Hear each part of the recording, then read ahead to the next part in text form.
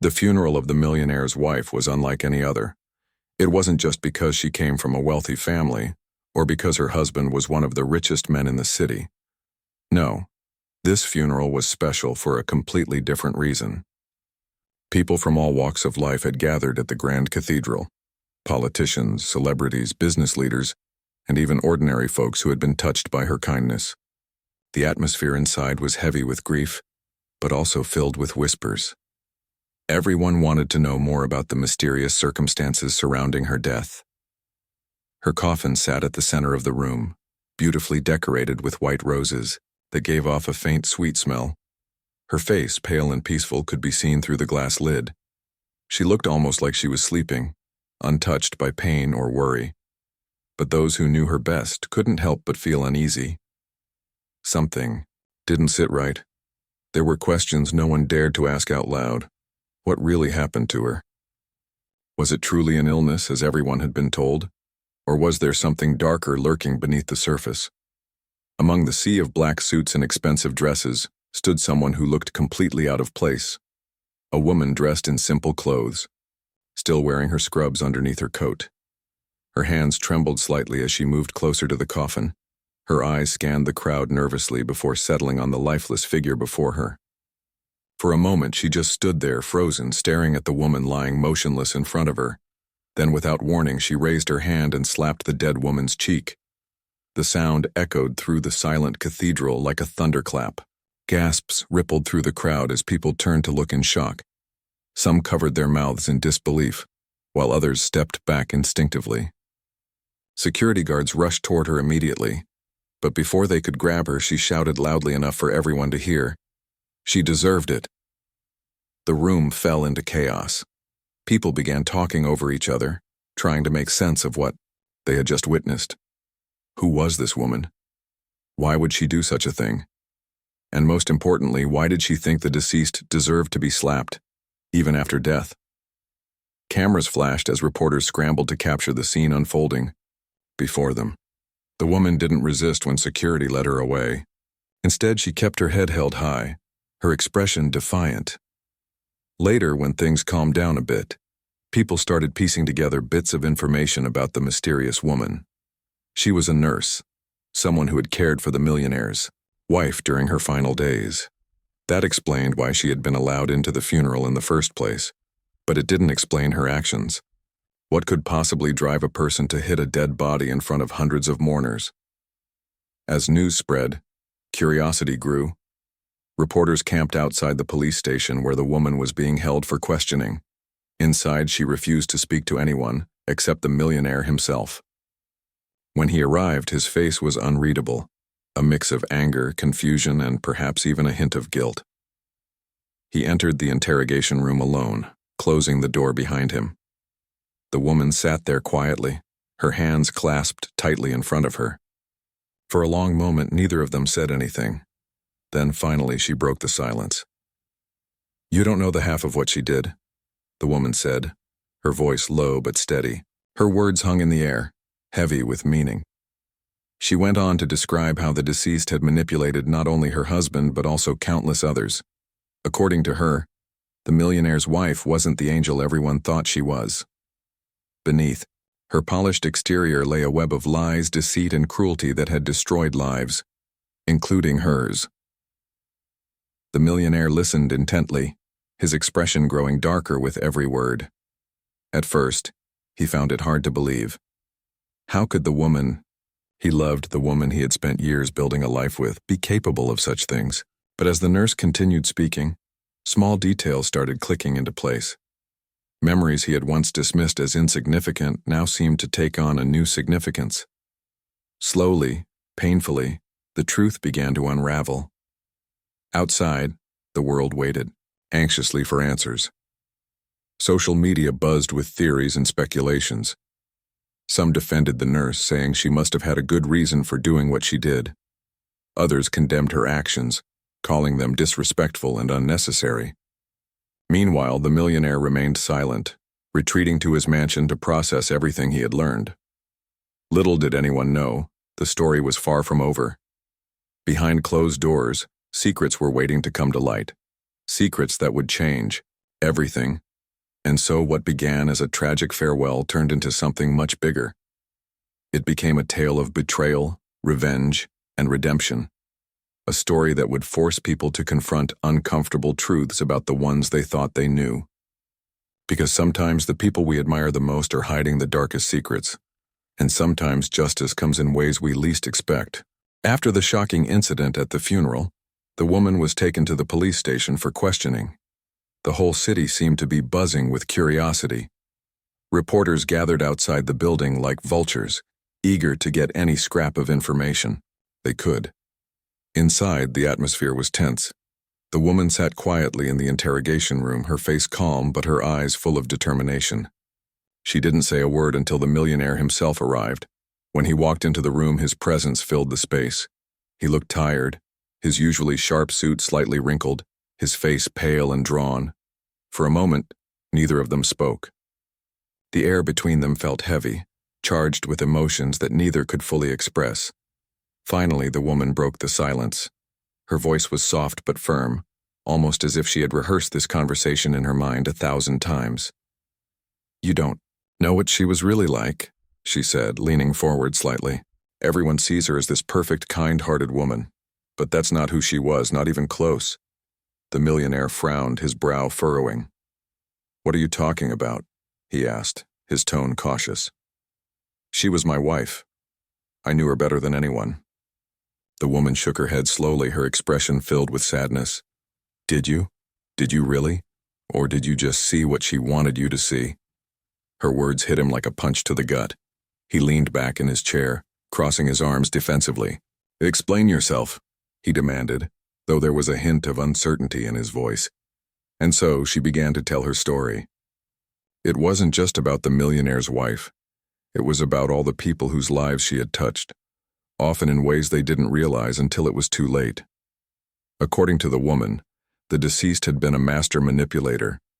She had a way of making people feel special, valued, and loved, until they no longer served her purpose. Then she would discard them without a second thought. She played games with people's lives, the woman continued, her voice trembling with emotion.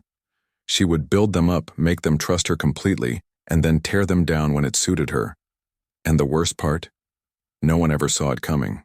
The millionaire listened intently, his expression unreadable. At first he found it hard to believe. How could the woman he loved, the woman he had built a life with, be capable of such cruelty? But as the nurse went on, small details started to surface. Things he had noticed but never questioned before. Friends who had suddenly drifted away. Employees who quit their jobs unexpectedly. Rumors that swirled around her name but were always brushed off as gossip. One particular story stood out to him. The woman described how the millionaire's wife had once hired a struggling single mother to work as her personal assistant. At Issei, first everything seemed fine. The woman was grateful for the job, working tirelessly to prove herself. But over time, things changed. The millionaire's wife began isolating her, cutting her off from her support system. She convinced the woman that she was incompetent, unworthy, and incapable of doing anything right. Eventually, the pressure became too much to bear. The woman took her own life, leaving behind 2 young children. As the nurse recounted this story, tears streamed down her face. "That woman was my best friend," she said, her voice breaking. "I didn't understand why she did what she did until recently. I found journals hidden in your house, journals written by your wife. They detailed everything, every manipulation, every lie, every scheme. Your wife destroyed her life and she didn't even care." The millionaire's hands clenched into fists on the table. His mind raced as he tried to process what he was hearing. Could it be true? Was the woman he had loved capable of such monstrous behavior? He thought back to all the times he had seen her charm people, win them over with her smile and her words.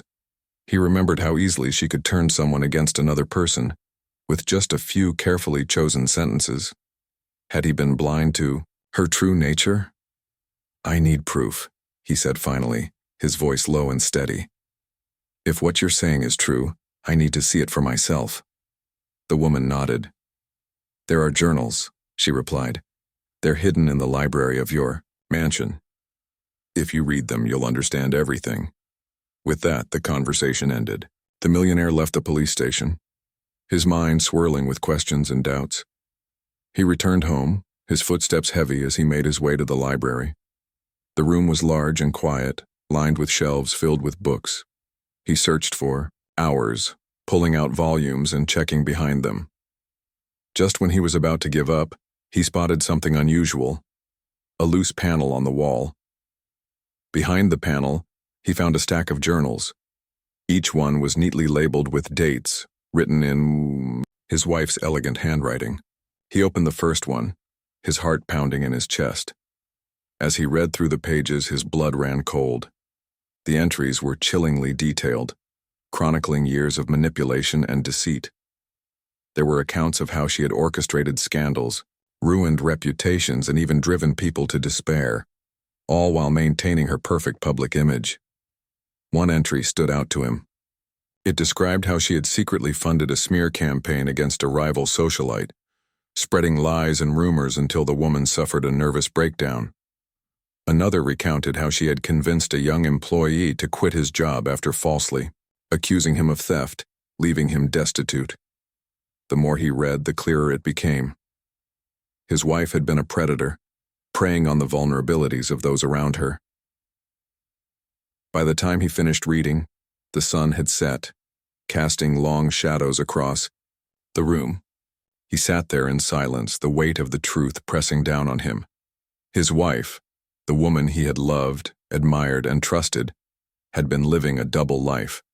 She had hurt countless people, including those closest to him, and he had been completely unaware of it. The next morning, he made a decision. He contacted the authorities and handed over the journals as evidence. While his wife couldn't face legal consequences, her victims deserved justice. Slowly but surely, people began coming forward with their stories. Some were hesitant at first, afraid of being judged or disbelieved. But as more voices joined the chorus, a pattern emerged, a web of deceit that stretched far beyond what anyone had imagined. For the millionaire, it was a wake-up call. He realized how blinded he had been by love and admiration. He vowed to use his resources to help those who had suffered because of his wife's actions. He reached out to the families of her victims, offering support and reparations where possible. It wasn't enough to undo the damage, but it was a start. Meanwhile, the nurse who had slapped the coffin became both a hero and a villain in the public eye. Some praised her for exposing the truth, while others condemned her violent act. Despite the backlash, she remained unapologetic. "I don't regret it," she told reporters during a brief interview. "Sometimes you have to do something drastic to make people listen. That slap wasn't just for me, it was for everyone she hurt." As the days turned into weeks, the city continued to grapple with the revelations. Conversations shifted from shock and disbelief to reflection and healing. People began to question the masks we wear in society, the facades we put up to hide our flaws. The story of the millionaire's wife served as a reminder that appearances can be deceiving, and that sometimes the truth is hidden in plain sight. But the journey was far from over. For the victims, it was a chance to find closure and move forward. For the millionaire, it was an opportunity to rebuild his life and make amends. And for the nurse, it was a moment of redemption, a chance to stand up for those who couldn't stand up for themselves. The road ahead wouldn't be easy, but one thing was certain. The truth had finally come to light, and once it was out, there was no turning back. As the truth about the millionaire's wife began to unravel, the city found itself caught in a whirlwind of emotions. People were shocked, angry, and confused all at once. The journals revealed a side of her that no one had ever suspected: cruel, calculating, and utterly devoid of empathy. But what truly struck a chord with everyone was how deeply her actions had impacted those around her. It wasn't just about scandals or ruined reputations. It was about real people whose lives had been shattered by her manipulations. The nurse who had slapped the coffin became a central figure in this unfolding drama. Her story resonated with many because she wasn't just speaking for herself. She was speaking for others who couldn't speak up. She revealed more details during interviews, painting a vivid picture of the pain inflicted by the millionaire's wife. One particularly heart-wrenching account involved a young man who had worked as a driver for the family. He had been loyal, hard-working, and dedicated. But when he accidentally scratched one of the luxury cars while parking it, the wife used the incident to accuse him of theft. She went so far as to call the police and have him arrested, knowing full well he was innocent. The charges were eventually dropped due to lack of evidence, but the damage was done. The young man lost his job, his reputation, and his sense of dignity. He struggled to find work after that as rumors spread through the community labeling him a thief. Eventually, he left town, unable to face the constant judgment and whispers behind his back. The nurse explained that she had stayed in touch with him over the years and knew how much that single act of cruelty had cost him, not just financially, but emotionally. Another victim came forward anonymously, sharing their story through a letter sent to the local newspaper. They described being part of a close-knit group of friends until the millionaire's wife entered the picture. At first, she seemed warm and friendly, quickly becoming the center of attention wherever she went. But soon cracks began to appear in the friendships. The wife would sow seeds of doubt between people, making them question each other's intentions. She'd drop subtle hints or share half-truths that created misunderstandings. Before long, the once tight group fell apart, with old friends cutting ties and refusing to speak to one another. The anonymous writer admitted they hadn't realized what was happening until years later, when they stumbled upon an old photo of the group. Looking at the smiling faces reminded them of happier times before jealousy and mistrust took hold. "She didn't just break our friendships," the letter read. "She broke us as people. We stopped trusting not only each other, but ourselves." These stories poured in from different corners of the city, each one adding another layer to the disturbing portrait of the millionaire's wife. What made it even harder to digest was the realization that none of these victims had seen it coming. She had been charming, persuasive, and always quick to offer help or advice. That's what made her so dangerous. Her ability to gain trust and then exploit it without remorse. Amidst all the revelations, the millionaire himself was grappling with his own guilt. He couldn't escape the nagging feeling that he should have seen the signs. How could he have missed something so glaringly obvious? He replayed memories in his mind, searching for moments that might have tipped him off. There was the time a close friend suddenly stopped calling, claiming they were too busy to meet, or the employee who resigned unexpectedly, citing personal reasons. He had accepted these explanations at face value, never questioning whether there was more to the story. Now everything clicked into place. The missing pieces formed a horrifying puzzle that painted a clear picture. His wife had orchestrated chaos wherever she went, and he, blinded by love and admiration, had unknowingly enabled her behavior. This realization weighed heavily on him.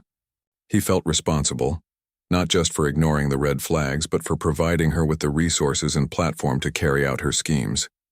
Determined to make amends, he reached out to those who had been affected. Some were hesitant to engage, still nursing wounds that refused to heal. Others welcomed the chance to confront him directly, demanding answers and accountability. One such meeting took place in a quiet cafe downtown. A middle-aged woman sat across from him, her eyes filled with a mixture of anger and sadness. She told him how his wife had convinced her husband to invest in a fraudulent business venture, draining their savings and leaving them in debt. The strain had torn their marriage apart, culminating in a bitter divorce. "I don't expect you to fix it," she said, her voice trembling. "But I needed you to hear my story, to know what your wife did to us. It's not just money. It's everything we lost along the way." Her words stayed with him long after the meeting ended. They echoed in his mind as he lay awake at night staring at the ceiling. He realized that apologizing wasn't enough. Words wouldn't undo the harm caused by his wife's actions. What mattered now was action, tangible steps toward healing and justice. He started by establishing a foundation aimed at supporting individuals and families affected by similar situations. The initiative provided financial assistance, counseling services, and legal aid to those struggling to rebuild their lives. It wasn't a perfect solution, but it was a start. Slowly, people began to take notice. Some criticized him for trying to buy forgiveness, while others appreciated the effort, seeing it as a genuine attempt to right past wrongs. Meanwhile, the nurse continued to play a pivotal role in keeping the conversation alive. She attended community meetings, sharing her experiences and encouraging others to speak out. Her courage inspired many to come forward, breaking the silence that had lingered for years. Together, they formed a support network, a safe space, where victims could share their stories without fear of judgment. For some, this newfound solidarity brought a sense of closure. For others, it marked the beginning of a long journey toward healing. But one thing was certain: the truth had set something in motion. It forced people to confront uncomfortable realities about power, privilege, and the masks we wear in society. It showed that behind every polished facade lies a human being capable of both good and evil. As weeks turned into months, the city slowly began to move forward. Conversations shifted from outrage to reflection. People started asking themselves important questions. How well do we really know the ones we admire? Are we complicit in turning a blind eye to wrongdoing? And most importantly, how can we ensure that history doesn't repeat itself? The millionaire's wife may have been gone, but her legacy lived on, not as a symbol of grace and elegance, but as a cautionary tale about the dangers of unchecked ambition and deceit. Her story served as a mirror, reflecting the flaws and vulnerabilities within us all, and in doing so, it challenged everyone to be better, to listen, to care, and to hold each other accountable. Yet, even as progress was made, scars remained. Lives had been altered forever, and healing would take time. But amidst the pain and loss, there was also hope. Hope that the truth, however painful, could pave the way for change. Hope that by acknowledging the darkness, we could find a path toward light. And hope that someday justice, however imperfect, would prevail. The road ahead was uncertain, but one thing was clear: the events surrounding the millionaire's wife had changed the city forever. And perhaps, in its own twisted way, that slap at the funeral had been the spark needed to ignite a movement toward transparency, compassion, and redemption. The weeks following the shocking revelations about the millionaire's wife were a whirlwind of emotions for everyone involved. The city, once dazzled by her charm and elegance, now found itself grappling with the harsh reality of who she truly was. Conversations shifted from mourning her death to dissecting her actions and their far-reaching consequences. People began to see her not as the angelic figure they had idolized, but as someone whose manipulative nature had left scars on countless lives. For the millionaire, this period was nothing short of a reckoning. He couldn't shake off the guilt that gnawed at him day and night. Every memory he shared with his wife now felt tainted, like looking at a beautiful painting only to discover it had been created using stolen materials. He replayed moments in his mind, searching for clues he might have missed. There was the time an old business partner suddenly cut ties, claiming irreconcilable differences. Or when a close friend stopped inviting him to gatherings without explanation. At the time, he had dismissed these incidents as life's natural ebbs and flows. Now he realized they were part of a larger pattern, one orchestrated by the woman he thought he knew so well. To make matters worse, the victims kept coming forward. Each story added another layer to the disturbing portrait of his wife. One man recounted how she had convinced him to leave his stable job to join a startup she secretly controlled. The company collapsed within months, leaving him unemployed and drowning in debt. Another woman described how her marriage fell apart after his wife spread false rumors about her spouse's infidelity. These weren't isolated incidents. They were calculated moves designed to destabilize people's lives for her own twisted satisfaction. As the millionaire listened to these stories, he felt a deep sense of shame, not just for enabling her behavior, but for failing to notice the warning signs. How could I have been so blind, he asked himself repeatedly. It wasn't just ignorance, it was complicity. His wealth and influence had given her the tools to wreak havoc, and he had stood by silently while she did it. This realization hit him like a ton of bricks, forcing him to confront uncomfortable truths about himself. Desperate to make amends, he decided to take action. Money alone wouldn't fix what had been broken, but it could help ease some of the burdens her victims carried. He expanded the foundation he had started, pouring significant resources into programs aimed at rebuilding shattered lives. Counseling services were offered free of charge, helping individuals process their trauma and find a way forward. Legal aid clinics were set up to assist those entangled in disputes caused by his wife's schemes. Scholarships were established for children who had lost opportunities because of their parents' struggles. But perhaps the most impactful step he took was organizing a public forum where victims could share their stories openly. Held in a large auditorium downtown, the event drew hundreds of attendees, some eager to speak out, others simply there to listen. The atmosphere was tense yet hopeful, as if everyone present understood the weight of the moment. One by one, people stepped onto the stage, their voices trembling with emotion as they recounted how the millionaire's wife had changed their lives forever.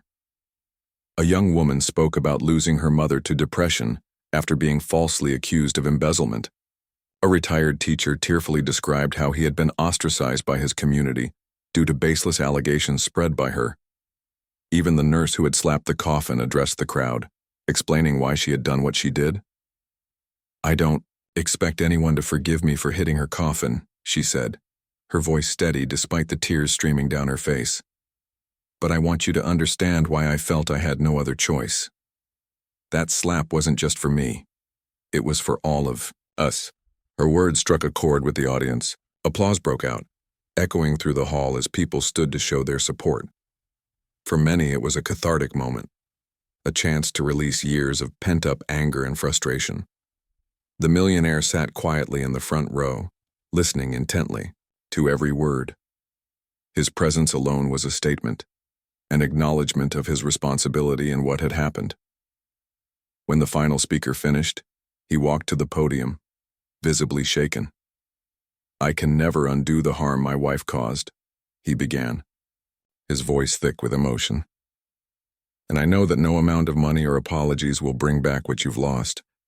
But I promise you this.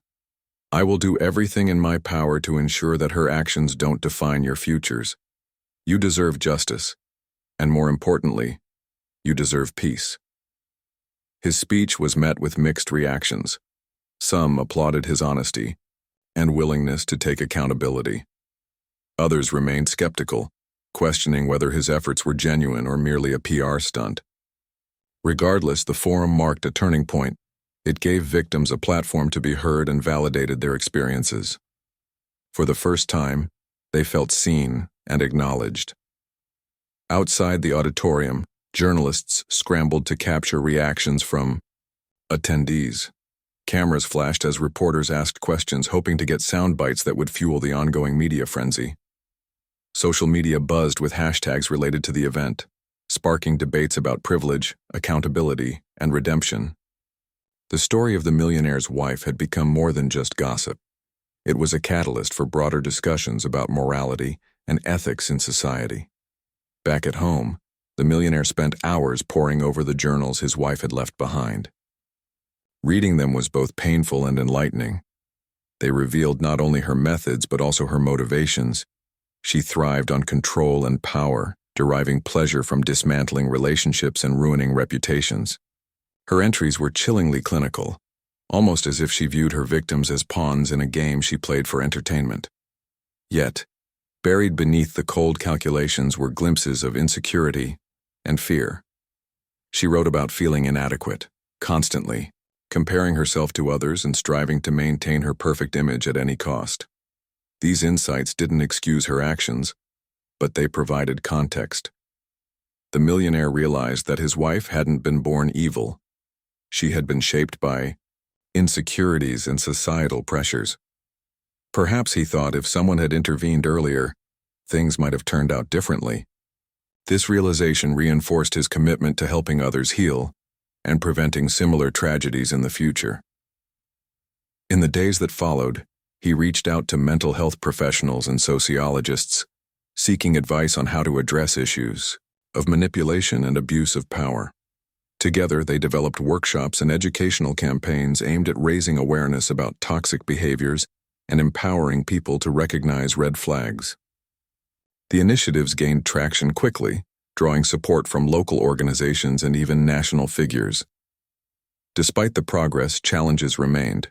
Not everyone was ready to forgive or move on. Some victims continued to harbor resentment, unable to let go of the pain inflicted upon them. Others struggled to rebuild their lives, finding it difficult to trust again. Healing, as they discovered, was not a linear process. It required patience, resilience, and sometimes professional guidance. For the millionaire, the journey was far from over.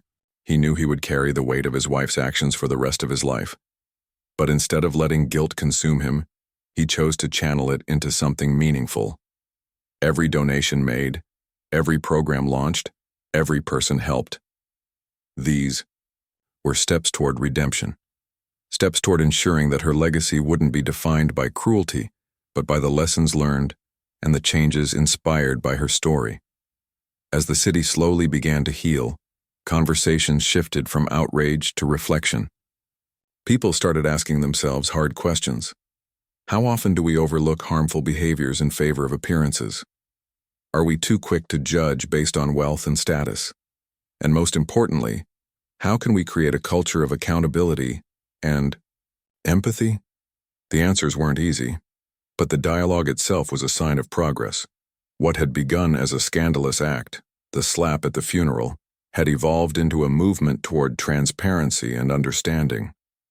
It reminded everyone that even in the darkest moments, there is potential for growth and transformation. The road ahead was uncertain, but one thing was clear. The events surrounding the millionaire's wife had left an indelible mark on the city. And though the scars would remain, so too would the hope for a brighter, more compassionate future. The movement sparked by the revelations about the millionaire's wife continued to grow, spreading beyond the city and into neighboring towns. People were talking, not just about her actions, but about the bigger issues they highlighted: manipulation, privilege, and the dangers of unchecked power. It was as if her story had cracked open a door that many had been afraid to walk through. Now, with the truth laid bare, there was no turning back. At the heart of this growing momentum was the foundation set up by the millionaire. What started as a small initiative quickly gained traction, drawing support from unexpected places. Local businesses donated funds, volunteers signed up to help run programs, and even former victims stepped forward to offer their time and expertise. The foundation became more than just a charitable organization. It evolved into a symbol of resilience and collective healing. One of its most impactful projects was a series of workshops designed to teach people how to identify manipulative behavior. These sessions weren't limited to high-profile cases like the millionaire's wife. They focused on everyday situations where power dynamics could lead to harm. For example, workplace bullying, toxic friendships, and abusive relationships were all discussed openly. Experts led discussions, sharing real-life examples and offering practical advice on how to navigate such scenarios safely. The workshops proved especially popular among young adults, many of whom attended not because they had experienced abuse firsthand, but because they wanted to prevent it in their own lives. One participant, a college student, shared how she had unknowingly fallen into a controlling friendship. Her best friend would often guilt-trip her into doing favors, isolate her from other friends, and make her feel worthless when she tried to assert herself. During one session, she realized these behaviors mirrored tactics described in the workshop materials. Armed with newfound knowledge, she decided to distance herself from the toxic relationship, a decision that brought both relief and sadness. Stories like hers began surfacing regularly, showing just how widespread the problem was. Many attendees admitted they had always thought manipulation happened only in extreme cases or behind closed doors. Hearing others speak openly made them realize it wasn't as rare as they'd believed. Some left the workshops feeling empowered, while others felt overwhelmed by the realization of how much work still needed to be done. But everyone agreed on one thing: silence was no longer an option. Meanwhile, the millionaire himself remained deeply involved in the foundation's efforts. He attended nearly every event, listening intently to stories shared by participants and offering words of encouragement whenever possible. His presence sent a powerful message: that acknowledging mistakes and working toward change was not a sign of weakness but of strength. Over time, public perception of him began to shift. While some skeptics still questioned his motives, many came to see him as someone genuinely committed to making amends. He also took steps to address the lingering skepticism surrounding his wealth and status. Recognizing that his resources gave him immense influence, he worked tirelessly to ensure transparency in the foundation's operations. Financial reports were published online for anyone to review, detailing exactly how donations were being used. Independent auditors were brought in to verify the accuracy of these records. By taking these measures, he hoped to prove that his intentions were sincere and that the foundation existed solely to help those in need. As months passed, the foundation's reach expanded further. Schools began incorporating elements of the workshops into their curricula, teaching students about healthy communication and boundaries. Community centers hosted regular meetups where people could discuss challenges they faced in their personal and professional lives. Even local government officials expressed interest, attending seminars and pledging to implement policies aimed at protecting vulnerable populations. But perhaps the most remarkable development was the formation of a survivor-led support group. Comprised entirely of individuals who had been directly impacted by the millionaire's wife's actions, the group provided a safe space for members to connect, share experiences, and offer mutual support. Meetings were held weekly, sometimes in person and sometimes virtually, allowing participants from different areas to join. Conversations ranged from raw emotional outpourings to practical discussions about rebuilding trust and self-worth. During one particularly moving session, a middle-aged man recounted how his life had unraveled after losing his job due to false accusations orchestrated by the millionaire's wife. For years he had blamed himself, believing he must have done something wrong to deserve such treatment. Joining the group helped him see things differently. "I used to think I was broken," he said, his voice cracking with emotion. "But hearing your stories makes me realize we're stronger together. We didn't do anything wrong, she did." His words resonated deeply with the others, sparking a wave of solidarity. Members began referring to themselves as survivors, rather than victims, emphasizing their determination to reclaim their lives. They organized outings, celebrated milestones, and supported each other through setbacks. Slowly but surely, they were rebuilding not just their individual lives but also their sense of community. Back at the mansion, the millionaire spent countless hours reflecting on everything that had transpired. Though he had poured his energy into helping others, he couldn't ignore the emptiness he felt inside. Losing his wife under such circumstances had left him reeling, forcing him to confront questions he had long avoided. Who was he without her? Could he ever truly forgive himself for enabling her behavior? And what kind of legacy did he want to leave behind? These thoughts weighed heavily on him, especially late at night when the house was quiet. He often wandered through the halls, stopping in front of photographs that captured happier times. Looking at those images now filled him with conflicting emotions: nostalgia for the love they once shared, anger at the lies she had told, and sorrow for the lives destroyed in her wake. Yet amidst the turmoil, he found moments of clarity. He realized that while he couldn't change the past, he could shape the future. With this mindset, he made another bold decision: to sell the mansion. It was a place filled with memories, both good and bad, and keeping it felt like clinging to a chapter of his life that needed closure. The proceeds from the sale would go directly to the foundation, ensuring its sustainability for years to come. When news of this decision broke, it garnered widespread attention.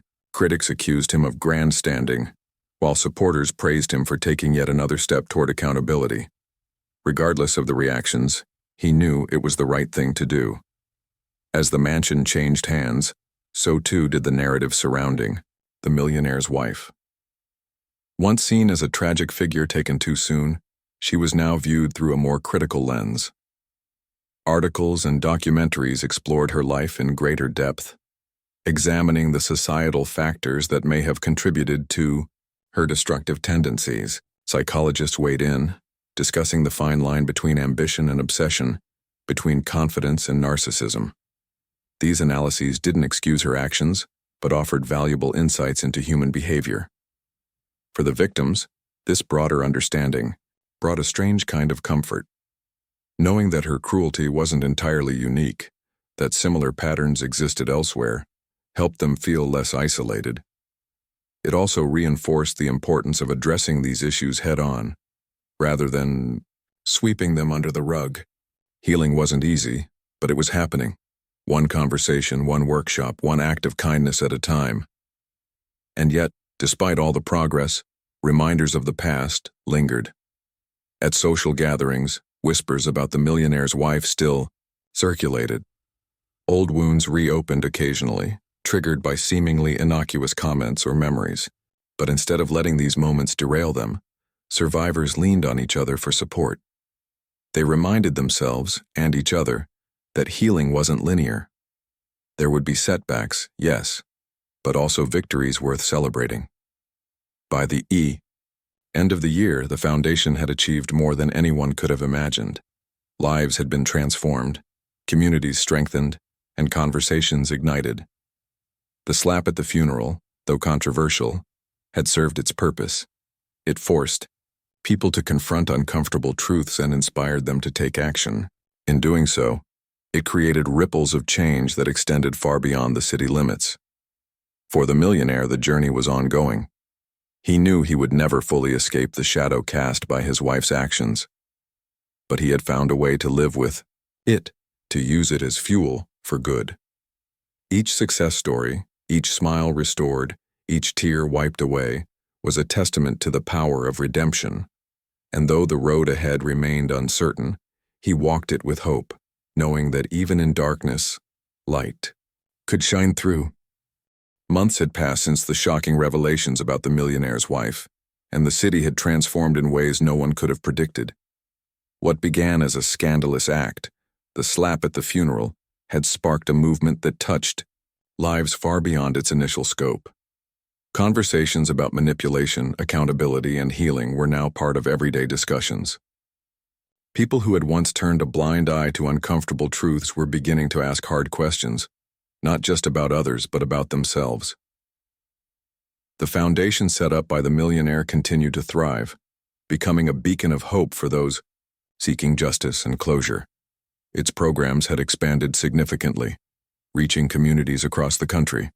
Schools adopted its workshops into their curriculum, teaching students how to recognize toxic behaviors early on.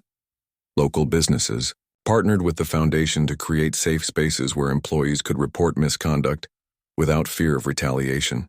Even government officials took notice, implementing policies inspired by the foundation's mission to protect vulnerable individuals from exploitation. For many survivors, these changes brought a sense of validation they hadn't felt before. They realized that their pain mattered, that their voices could drive meaningful action.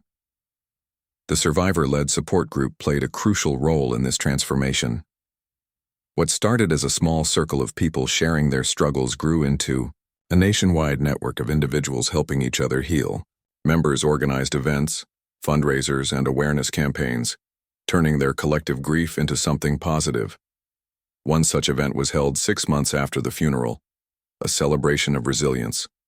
Held in the same cathedral where the controversial slap had occurred, it marked a symbolic shift from mourning to empowerment.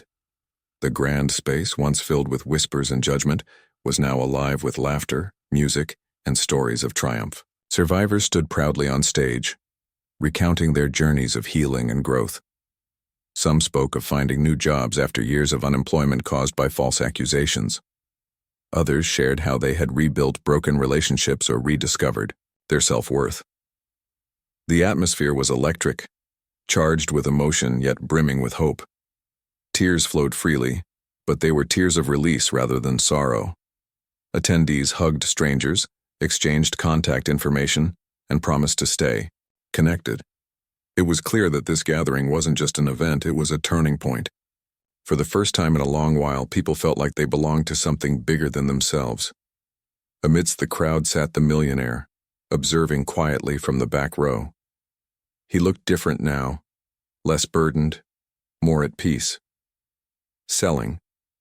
The mansion had been a difficult decision, but it had given him clarity.